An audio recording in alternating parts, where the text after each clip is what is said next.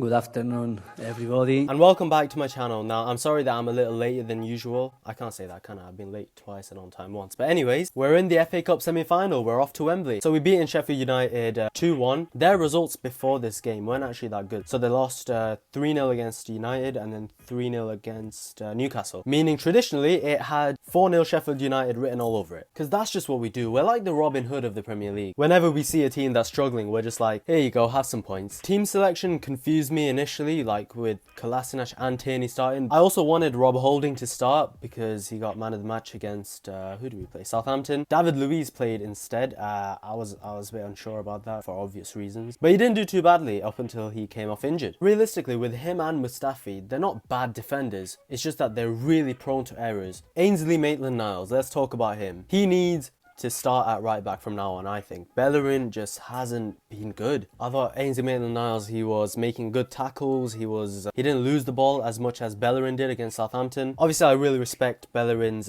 planting 3,000 trees per win. And we've just won 2 away games in a row, so global warming is in the bin. I do like Bellerin. We share birthdays. But him and Pepe, especially against Southampton, they just didn't work. I was a little bit confused as to where Ozil was. Like, he wasn't even on the bench. Arsenal's Twitter said that he had a back injury. Everyone believes that. So in the first half, I thought Willock was pretty decent alongside Xhaka. As I've mentioned, Maitland-Niles was really good, and Tierney was man of the match. He was running up and down that left-hand side. He was always threatening, especially because he was in the wing-back role instead of a left-back. And trust me, if he can stay fit, he's going to do bits for us. I know that for a fact. But anyways, they scored first. It was disallowed. Rightfully, it was offside. But flipping out, their set pieces caused us problems the whole of that game. Like, when they get a throw-in in our half, it's basically another corner. Lacazette got brought down, so we got a penalty, which Pepe scored. I was really happy for him until I realised his name's not Bruno Fernandes, so penalties don't count. And generally, Pepe was sick. I think he definitely worked a lot better with Maitland-Niles. He had another chance as well, actually, starting from Martinez, whose distribution is unreal. Willett played a really good pass to Tierney, who cut it back, and Pepe just dragged it wide. There were also other occasions where we were actually playing really good football, which, considering our team is actually quite young, is very encouraging. And I do think under Arteta, we are going to see good football,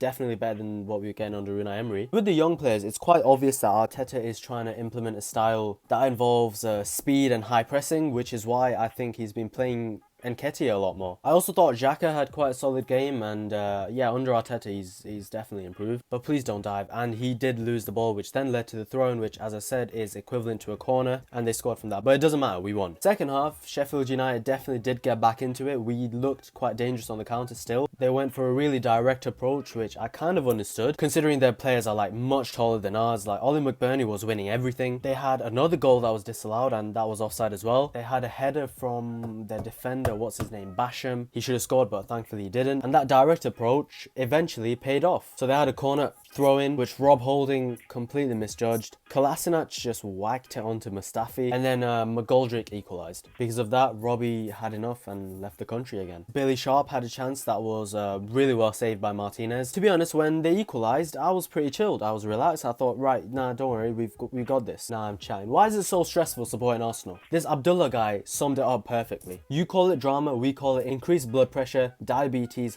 heart disease, and hair loss. Others are trying to convince that Arsenal is a cause of death, and I wouldn't be surprised. But in the end, it was Dani Ceballos, who I've never said anything bad about.